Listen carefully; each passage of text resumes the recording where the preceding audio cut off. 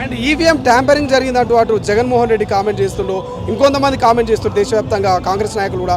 EVM tampering జరిగే అవకాశం ఉండొచ్చు అంటారా? నో నో, మన మొత్తం ఈవీఎం ఎట్లా డిజైన్ ఉన్నది అంటే రైట్, దానికి వేయిన్ ఉండదు, అంటే ఇంటర్నెట్ ఉండదు, లోపల మనం పోలేం. ఒక్కసారి ప్రోగ్రామ్ అయితే ఆ మషిన్కి రీప్రోగ్రామ్ మనం చేయలేం. ఎందుకంటే 20 years నుంచి ఫేర్ ఫ్రీ ట్రాన్స్పరెంట్ ఎలక్షన్ గురించి ఫైట్ చేస్తున్నా నేను. బొక్కసోట్లు అవుతాయి, రిగ్గింగ్ అవుతుంది, మ్యానిపులేషన్ అవుతుంది, కానీ ఈవీఎం మేనేజ్ కావాలంటే సుప్రీంకోర్టు కూడా ఇదే మాట అనేది కదా, చీఫ్ ఎలక్షన్ కమిషన్ కూడా ఇదే మాట అనేది కదా.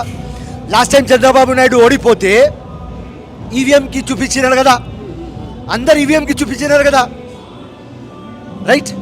సో ఈవీఎంలు నా అనుభవంలో మేనేజ్ కాలేరు, ఎందుకంటే దానికి ట్యాంపర్ చేయలేం, ఎందుకంటే రీప్రోగ్రామింగ్ మనం చేయలేం, దానిలో ఇన్వే లేదు. ఒక programme is over, 1 point programme, దానికి సెట్ చేయలేం, నెక్స్ట్ టు ఇంపాసిబుల్.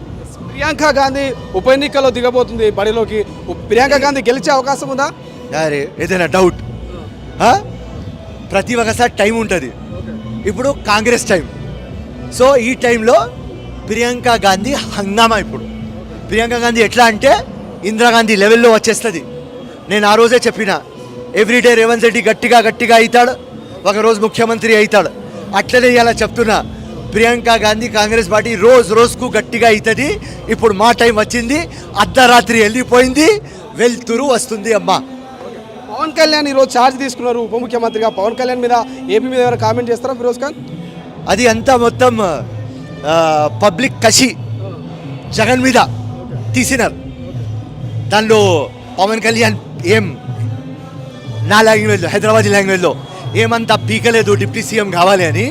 కానీ ప్రజల మైండ్లో ఏమున్నది అంటే డిక్టేటర్షిప్ పోవాలి, కరప్షన్ పోవాలి, ఆంధ్రప్రదేశ్ నుంచి ఈ హుండా రాజకీయం పోవాలి. పని లేదు, పాట లేదు ఆ మినిస్టర్లకు, జగన్ మినిస్టర్లకు. ఉట్టి తిట్లు. పాపం చంద్రబాబుకి తిట్టి జైల్లో కూర్చోపెట్టినారు. అది డెమోక్రసీ కాదు. ఆపోజిషన్కి మనం స్పేస్ ఇవ్వాలి. ఇక్కడ ఒక దొంగ ఉన్నాడు, ఇప్పుడు అక్కడ జగన్ ఒక దొంగ, ఇక్కడ ఒక చిన్న దొంగ వెళ్ళిపోయినాడు, ఇంకా అక్కడ నుంచి అక్కడ పోయినాడు. సో పబ్లిక్ కసిలో పవన్ కళ్యాణ్ ఆ పొజిషన్లో వచ్చినాడు అంతే. Thank you so much. So ఇది ఫిరోజ్ ఖాన్ గారు.